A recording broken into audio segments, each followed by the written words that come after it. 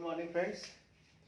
ये सीरीज में मिल्क से पार्ट 2 है हमारा चैप्टर, और इसमें मैं मेनली फ्रेजेस एंड इडियम्स को डील करूँगा जो एग्ज़ाम में हर वर्ष पूछे जाते हैं। अगर भारत में पूरे साल भर में 25 एग्ज़ाम आते होंगे एसएससी और बैंक से रिलेटेड, अलग अलग बैंक और अलग अलग एग्ज़ाम्स में, तो 25 एग्ज़ाम में मान के चलो हर एग्ज़ाम में 1 से 2 क्वेश्चन मिल्क से उठा ही देते हैं। मिल्क से कुछ वास्ता है तो ज़रा मिल्क के बारे में मैं बता दूं कि जो इडियम्स पूछे गए हैं आज तक कुल मिला के 6-7 हैं जो आपके सामने पेश हैं। सबसे पहला जो इडियम हमेशा पूछा गया है, the land of milk and honey. Bharat में बेरोजगारी की बड़ी ज़बरदस्त समस्या है। लोग यहाँ पढ़ाई तो अच्छे से कर लेते हैं लेकिन उसके बाद रोज़गार नहीं मिल पाता है। लोग विदेश में चले जाते हैं और उन लोगों के लिए America, England, UK, France, Germany, Russia बड़ा ही अच्छा लगता है और उनका बस यही कहना होता है, अरे US is nothing but the land of milk and honey. वह जगह ऐसा है जो सभी सुख सुविधाओं से आबाद है, वहाँ किसी तरह की प्रॉब्लम नहीं है।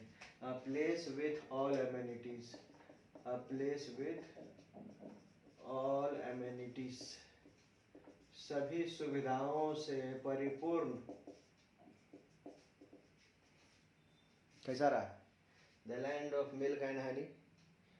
अब थोड़ा सा राम राज करके भी अगर सोच लो तो एक ऐसा भी हो सकता है जहाँ सब कुछ अवेलेबल हो, लेकिन अभी आप इसको यही लेके चलिए, the land of milk and honey का मतलब है प्लेस विथ ऑल एमिनिटीज़। अब आइए मिल्क एंड वाटर। देखिए, दूध और पानी बिल्कुल अलग अलग चीज़ है।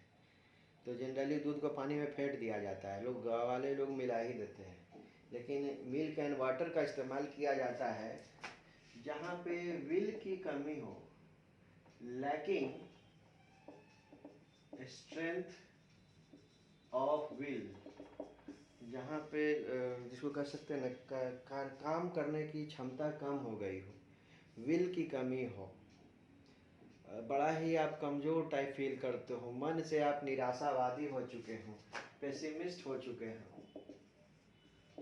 आप में जीने की ललक ख़त्म हो गई है, बस जी रहे हैं। आपको लगता नहीं है कि आपको लगता है जो भी काम आप पकड़ेंगे उसमें आप हार ही मान लेंगे। तो कहा जा सकता है कि उस बच्चे में शुरू से ही मिल्क एंड वाटर का कंसेप्ट दिख रहा था।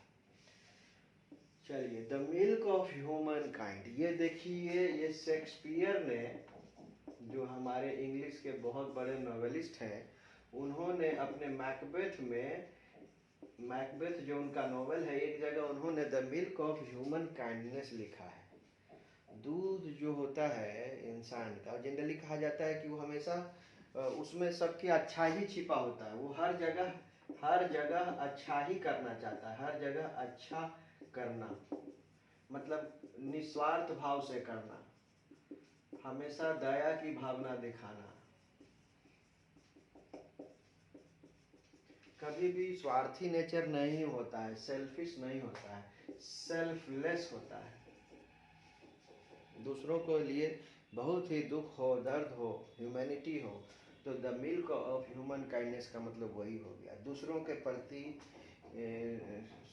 निस्वार्थ भाव। द मिल्क राउंड, 3 इडियट्स एक फिल्म देखे होंगे आप।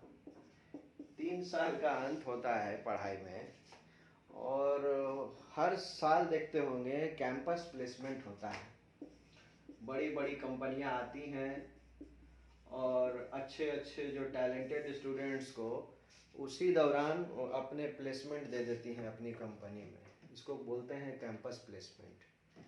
A student who has been genius throughout his academic career, they get an opportunity to get themselves appointed in renowned companies. तो renowned companies के officers come to that university, final year students, और उनके curriculum Vita biodata देखकर, उनके performance को देखकर अपने company में उनके एग्जामिनेशन ख़त्म होने से पहले ही उनको प्लेसमेंट दे देते हैं। तो milk round is a visit by the people. तो visit by the people, visit by the officials to the university. क्यों आ रहे हैं भाई?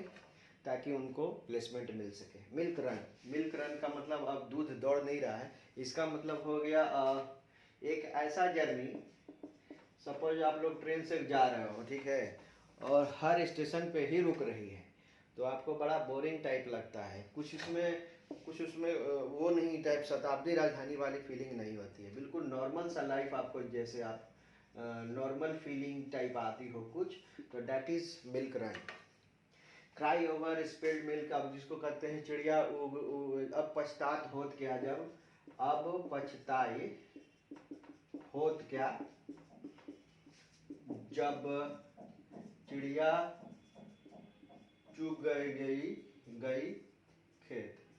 देखिए जब वो एक बार आप किसी चीज़ को आप मिस कर गए ना, तो उस पर रोने से कोई फ़ायदा नहीं होता है, कोई मतलब नहीं निकलता है, क्योंकि आप वो अपॉर्चुनिटी मिस कर गए हो, चाहे अपनी बेवकूफ़ी की वजह से या चाहे अपनी इग्नोरेंस की वजह से, किसी भी वजह से। खैर, अब एक आइए milk something for all it's worth. किसी किसी को देखिएगा ना कि बस किसी का फ़ायदा उठाना, किसी का फ़ायदा उठाना।